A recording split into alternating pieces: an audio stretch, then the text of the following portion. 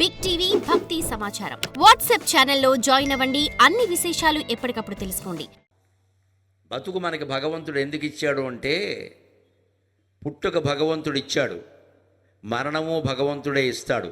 మధ్యలో జీవితాన్ని మనం సమాజానికి ఇచ్చేయాలి, అంతే లెక్క. అది ఇచ్చేయి. పుట్టుక ఆయన ఇచ్చాడు, మరణం ఆయన ఇస్తాడు. మన చేతుల్లో మనం చద్దామన్నా చావలేం, బతుకుదామన్నా బతకలేం. అది ఏదో నిర్ణయింపబడి ఉంది, వస్తుంది ఎప్పుడో. దానికి మనం ఆహ్వానం పలకక్కర్లేదు, భయపడక్కర్లేదు. కానీ ఈ మధ్యలో ఉన్న జీవితాన్ని ఖచ్చితంగా సమాజానికి ఇచ్చేయాలి. భగవంతుడు అంటే సమాజమే, ఎక్కడో గుళ్ళో కూర్చుంటాడు అనుకోకండి పొరపాటును కూడా.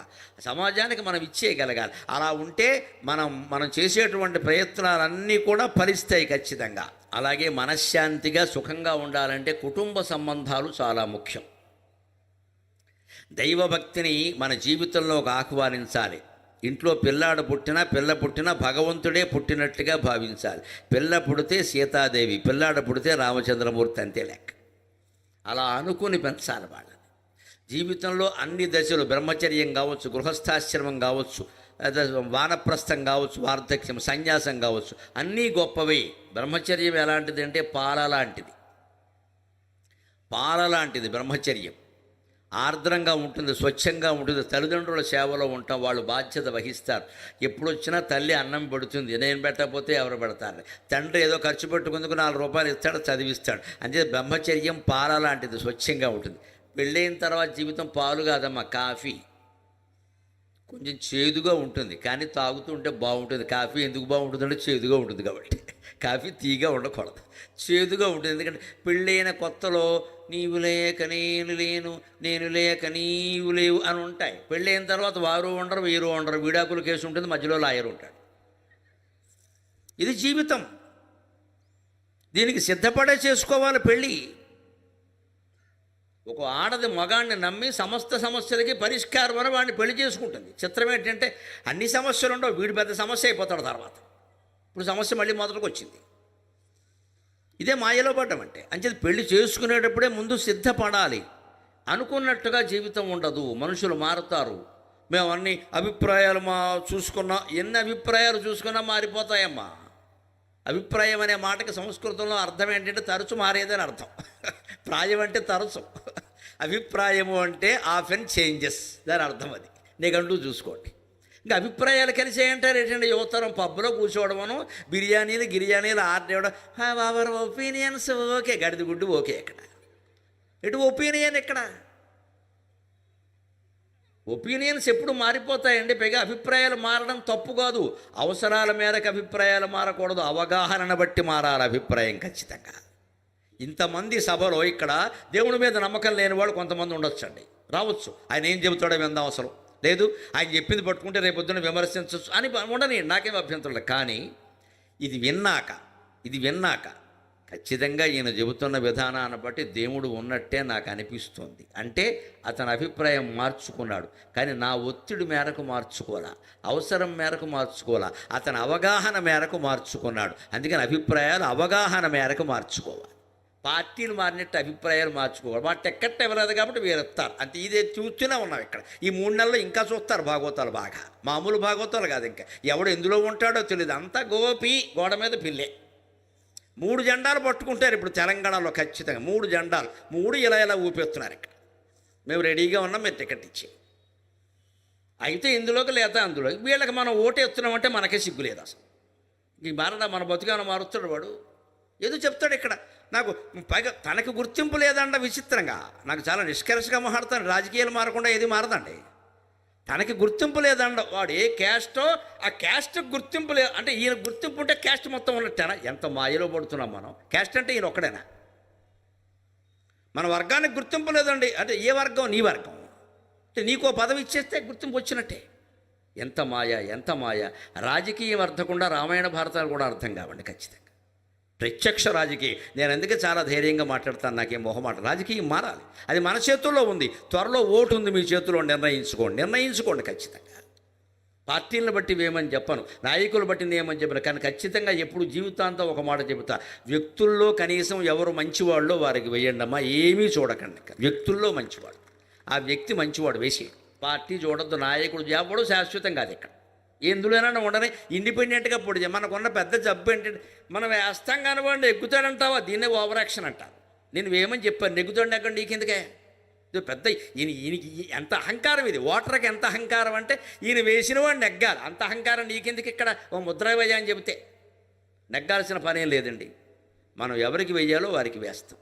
అలా వెయ్యకపోవడం వల్ల నెగ్గేవాడికి వేయడం వల్ల ఏమవుతుందంటే కనీసం ధర్మాత్ములు కొంతమంది సజ్జనులు రాజకీయాల్లోకి వద్దామనుకున్న వాళ్ళు కూడా రాలేకపోతున్నారు. ఎందుకంటే వాడు ఎవడు వేయడు, డిపాజిట్ కూడా పోతుంది, అనవసరంగా 25,000 పోతాయి, ఎందుకు వచ్చిన కూడా అని ఉండిపోతున్నారు. మరి మనమే అంటాం ఇక్కడ ఎవరో రావట్లేదు ఎందుకు వస్తారండి, డబ్బులు పోగొట్టుకుంటాడు వచ్చి. కనీసం వాడికి వేస్తే 1,00,000 ఓట్లు రాకపోయినా 25,000 ఓట్లు వచ్చాయనుకోండి, ఆయన అనుకుంటాడు ఓ నన్ను కూడా అభిమానించేవాడు కొంతమంది ఉన్నారు, మంచిని ప్రేమిస్తున్నారు కొంతమంది, ఈ సంఖ్య పెరిగితే వచ్చే ఎన్నికల్లో నాకు అవకాశం ఉంటుంది అని కాస్త ఆలోచిస్తాడు కదా. రాజకీయాలు మారాలంటే మనకి నచ్చిన వ్యక్తికి వెయ్యాలి తప్ప ప్రచారాన్ని బట్టి ఓటేయకూడదండి. ఎప్పుడూ ప్రజాస్వామ్యంలో ఇది గుర్తుపెట్టుకుంటే దేశాన్ని మార్చడానికి అది ఒక్కటి చాలు. అంటే అభిప్రాయాల ప్రకారం కాదని, ఎప్పుడు బ్రహ్మచర్యం అంటే పాల లాంటిది, స్వచ్ఛంగా ఏదో గడిచిపోతుంది ఆర్ద్రంగా. గృహస్థాశ్రమం కాఫీ అమ్మ సిద్ధపడాలి, కాఫీ ఫిల్టర్ కాఫీ సరిగ్గా ఎప్పుడూ కలిపేవాళ్ళు కలిపితేనే బాగుంటుంది, ఇంకెక్కడ తగినా బాగుండదు. అంచేత అనురాగం, దంపతుల మధ్య అనురాగం కూడా ఆ ఇద్దరి మధ్య ఎప్పుడు ఉండే మాటలు, ఉండే చర్యలు, ఉంటే సాన్నిహిత్యం ఉంటేనే బాగుంటుంది. ఆవకాయ బాగా తెలుసు కదా తెలుగు వాళ్ళందరికీ, అనురాగం కూడా ఆవకాయ లాంటిదే, నిలవన్న కొద్దీ రుచి పెరుగుతుందండి ఖచ్చితంగా. ఆవకాయ కొత్తగా పెట్టినప్పుడు ఒక రుచిలో ఉంటుంది, 6 నెలలు అయ్యాక చూడండి ఒక రుచి ఉంటుంది, 9వ నెలలో చూడండి కొత్తగా పుట్టిన పిల్లాడి దగ్గర వచ్చే వాసనలో కొత్త రుచి వస్తుందండి ఖచ్చితంగా. ఆవకాయకి చెడు లేదమ్మా, ఏడాదంతా నిలవ ఉంటుంది ఖచ్చితంగా. కాకపోతే ఒక్కటే, ఆవకాయ కాస్త పైనుంచి కిందికి కలుపుతూ ఉండాలి, అనురాగం కూడా పైనుంచి కిందికి కలుపుతూ ఉండాలి. అంటే అనురాగాన్ని వ్యక్తం చేయాలి. ముఖ్యంగా మగవాళ్ళు నేర్చుకోవాలి, ఆడాళ్ళకి విషయం చెప్పక్కర్లేదు. మగాళ్ళు మాత్రం ఎలా ఉండాలి, దాంపత్యం బాగుండాలి. అందుకే కొత్తగా పెళ్ళి అయిన వాళ్ళకి చెబుతా, నా పిల్లలుగా భావించి ఎలా ఉండాలంటే ఆడాళ్ళు కాస్త అందమైన చీర కట్టుకొచ్చి అక్కడ నిలబడగానే అంటారు, అంటే గొంతులో కిచకిచ విక్షు వ్యాపార బాడీ, ఏదో సలహా కోసం కాదు నీ దగ్గర నిలబడింది, ఇక్కడ చీర బాగుందో లేదో చెప్పమని ఆ మాత్రం అర్థం చేసుకోవాలి. అదిరిపోయిందా చీర అని చెప్పాలి, అదిరిందో లేదో మనకెందుకు, మనకు పెట్టే టిఫిన్ బాగుంటుంది, కాఫీ బాగుంటుంది. పొగడ్తకు లొంగనవాడు ప్రపంచంలో లేడు. పొగడ్త చెవిటివాడికి కూడా వినపడుతుందండోయ్, పొగడ్త చెవిటివాడికి కూడా వినపడుతుంది. 2 చెవులు వినపడిన వాడి దగ్గర మీరు పొగడండి, ఏదో అన్నం ఇంకోసారి చెప్పట్టాడు, అది వినపడింది. పొగడ్త అంత గొప్పది, హాయిగా మంచి మాటతో లొంగ తీసుకోవచ్చు, సంసారం చేసుకోవచ్చు. ఎందుకు వచ్చిన గొడవ ఇది, పౌరుషాలు. కాస్త అనురాగాన్ని వ్యక్తం చేయడం, పైకి కిందికి కలపడం అంటే అదే, వ్యక్తం చెయ్యి. భార్య మీద నీకు ప్రేమ ఉందో చెప్పచ్చు కదా, చీర బాగుంది అనొచ్చు, అందంగా ఉన్నావు, లేదా వాళ్ళు ఉద్యోగం చేస్తున్నావు, నువ్వు ఎంత కష్టపడుతున్నావు ఏమిటో, నా కష్టంతో పాటు నువ్వు పడుతున్నావు అనవసరంగా అంటే ఎంతో సంతోషిస్తారు. పైగా వాళ్ళేమో చస్తున్నాను చేయలేక అంటే నువ్వు ఒక్కతో చేస్తున్నావు ఏంటి, వాళ్ళు మంచి ఇట్లా ఏదో సాగతీత కోసం ఆ పెళ్ళి. ఇక్కడ కాస్త సానుభూతిగా మాట్లాడడం, అదే అనురాగం అంటే. దాంపత్యం అంటే అది కాఫీ చేదుగానే ఉంటుంది, కానీ చేదు బాగుంటుందా లేదా. వానప్రస్థం 50 ఏళ్ళు దాటిన వాళ్ళకు కూడా చెబుతున్నాను, నాకు దాటే కాబట్టి. వానప్రస్థాశ్రమం పాలు కాదు, కాఫీ కాదు, మజ్జిగ లాంటిది. ఇది మజ్జిగ పొల్లగా ఉంటుంది, కానీ కాస్త లోపల చల్లగా ఉంటుంది ఖచ్చితంగా. తాగితే పొల్లగా ఉంటుంది, కానీ లోపల చల్లగా ఉంటుంది. రాత్రి ఖచ్చితంగా గ్లాసు మజ్జిగ తాగి పడుకుంటే నిద్ర పడుతుంది, పీడకాలాలు రావు. మజ్జిగకి అంత ప్రయోజనం ఉంది, పీడకాలాలు రావు. మజ్జిగ తాగితే పీడకాలాలు రావు, చల్లగా ఉంటుంది లోపల, అరగంది కూడా అరిగిపోతుంది మజ్జిగ. అంత కానీ వృద్ధాప్యం ఎటువంటిది అంటే కొంచెం పొల్లగా ఉంటుంది, కానీ చల్లగా ఉంటుంది. నువ్వు సంపాదించక్కర్లేదు, కాళ్ళు చాపేసి కూర్చోవచ్చు శుభ్రంగాను, ఏదో పింఛను వస్తూనే ఉంది, గడిచిపోతుంది శుభ్రంగా. ఇంకెక్కడి నుంచి నువ్వు ఎవడు కనపడితే వాడిని కూర్చోబెట్టి రోడ్డు మీద పోయి లేదా రారా అని చెప్పి, when I joined in my service in 1969 ఈ సూత్తి కొట్టద్దండి దయచేసి. ఈ 60 దాటిన వాళ్ళతో ఇదే ఇబ్బంది. ఇక్కడ ఎవడు కనపడితే వాడిని కూర్చోబెట్టి మాట్లాడక్కడ. నిన్ను ఎవడు పిలిచాడు, నిన్ను ఎవడు అడిగాడు, అడిగితే కానీ ఎవడికి చెప్పకూడదు. నీ ఏకాంతాన్ని నువ్వు ఒక అవకాశంగా భావించాలి. పెద్దలకి దండం పెట్టి కోరుతున్నా, దాన్ని ఒంటరితనం కాదు, అది ఏకాంతం, ఒక అవకాశంగా భావించండి. నమ శివాయ, నమో నారాయణాయ, శ్రీమాత్రే నమః, శ్రీ మహాగణాధిపతయే నమః. ఏదో ఒక నామాన్ని మనస్సులో జపించండి. ఎవ్వరూ మీ దగ్గరికి రావక్కలేదు, భగవంతుడే మీ దగ్గర ఉంటాడు. వృద్ధాప్యాన్ని గడిపే విధానం అది.